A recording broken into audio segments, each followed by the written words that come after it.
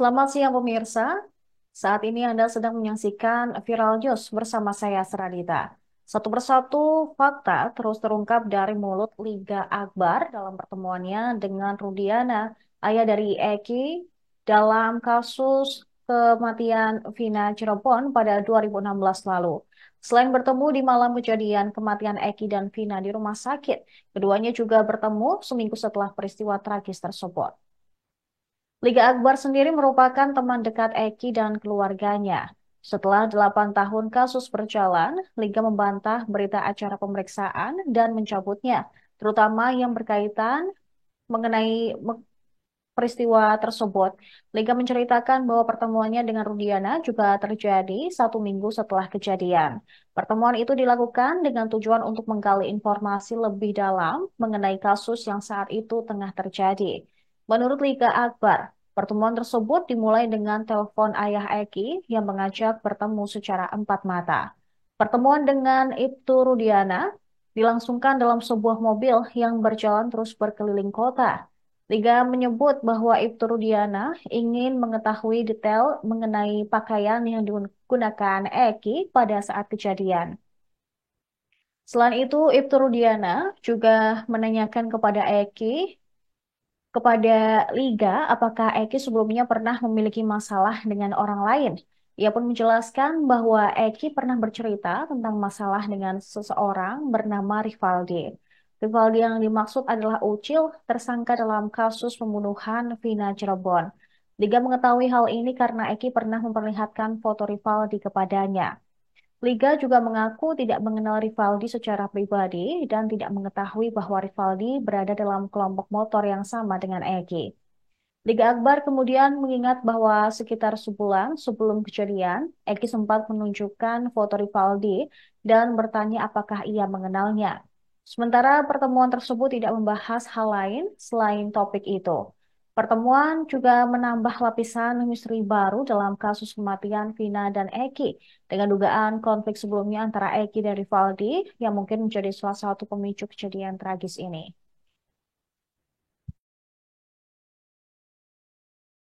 Kemudian dari situ saya langsung balik lagi ke rumah sakit. Ketemu Rudiana di sana. Ada bapaknya sih. Sejak awal ke rumah sakit, Sejak awal dari rumah sakit itu belum ada, terus kemudian ada. berarti datang yang kedua kali ke rumah sakit sudah ada Rudiana di situ. Sempat komunikasi dengan Rudiana di situ. Sempat kadang menanyakan tadi sama kamu nggak gitu. Saya cuma bilang nggak bareng pak.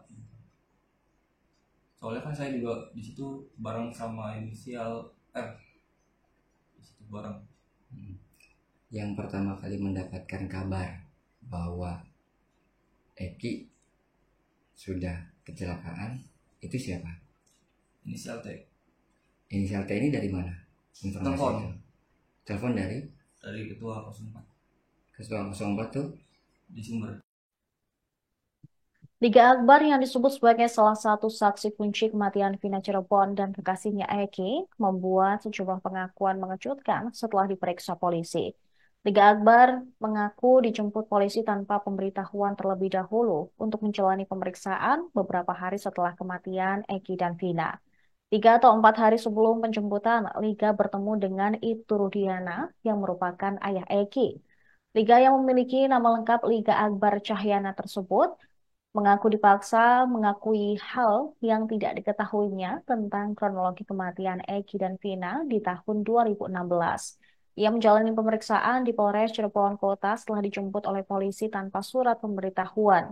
Liga mengungkapkan bahwa ia dijemput oleh seorang anggota polisi yang juga rekan ayah Eki sekira pukul 18 hingga 19 waktu Indonesia Barat.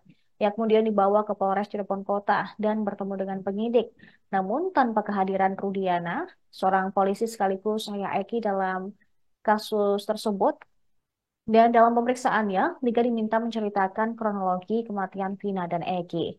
Ia mengaku tidak mengetahui tentang kejadian tersebut dan terakhir kali bertemu dengan Eki serta Vina pada pukul 7 malam di warung depan SMA Negeri 4 Cirebon.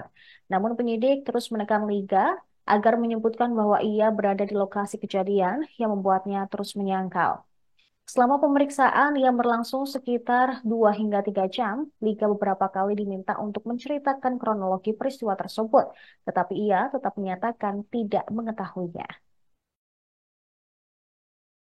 Awalnya kita berdua sama almarhum Eki itu dari Majalengka. Dari Majalengka itu semotor, saya semua naik motor sendiri, almarhum juga satu motor, izin sama mamanya Eki karena saya juga mau sekolah dulu, sekolah perhotelan. Setelah itu diizinkan. Malam minggu itu ada rapat koordinasi juga, organisasi dari Majalengka jam 3 sampai setengah 4 deh, langsung ke SMA 4. Depan SMA 4 itu kita nongkrong di warung, dan di warung itu ada 3 orang, inisial B, inisial T, sama inisial L. Setelah itu almarhum Eki izin pamit untuk menjemput Vina, keluar jam setengah 5 atau jam 5 gitu, saya lupa. Kemudian saya masih nongkrong di SMA 4, masih nongkrong di situ sama rekan saya 3 orang. Setelah maghrib almarhum Eki balik lagi dengan almarhum Vina, hanya mau minta rokok, ngopi sebentar, terus dia izin. Penyidik Polda Jawa Barat memanggil teman tersangka Peggy Setiawan dalam kasus pembunuhan Vina Cirebon dan kekasihnya Egy. Teman Peggy yaitu Nurul Iman diperiksa secara intensif pada Sabtu 15 Juni di Polres Cirebon Kota. Ia diperiksa selama kurang lebih 8 jam sejak pukul 10.30 hingga 18.30 waktu Indonesia Barat. Menurut salah satu anggota tim kuasa hukum Peggy yang mendampingi Nuril, yaitu Eko Febriansyah, kliennya mendapatkan 41 pertanyaan dari penyidik.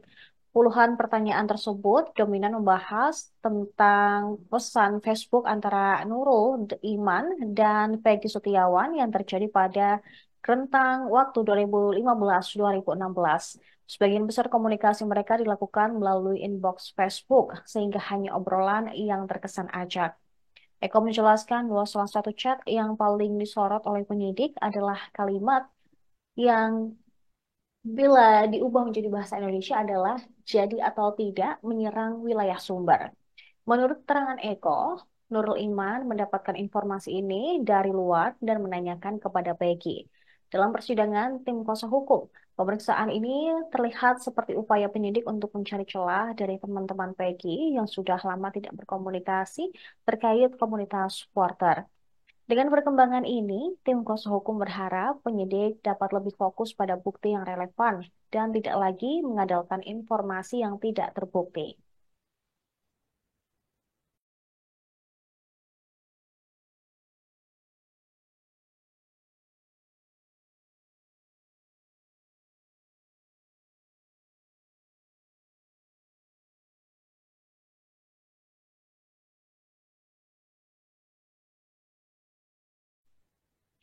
Demikian informasi yang kami kemas dalam Viral News kali ini. Kami akan kembali dengan informasi lainnya. Tetap di Tribun News. Download Tribun X sekarang. Menghadirkan lokal menjadi Indonesia.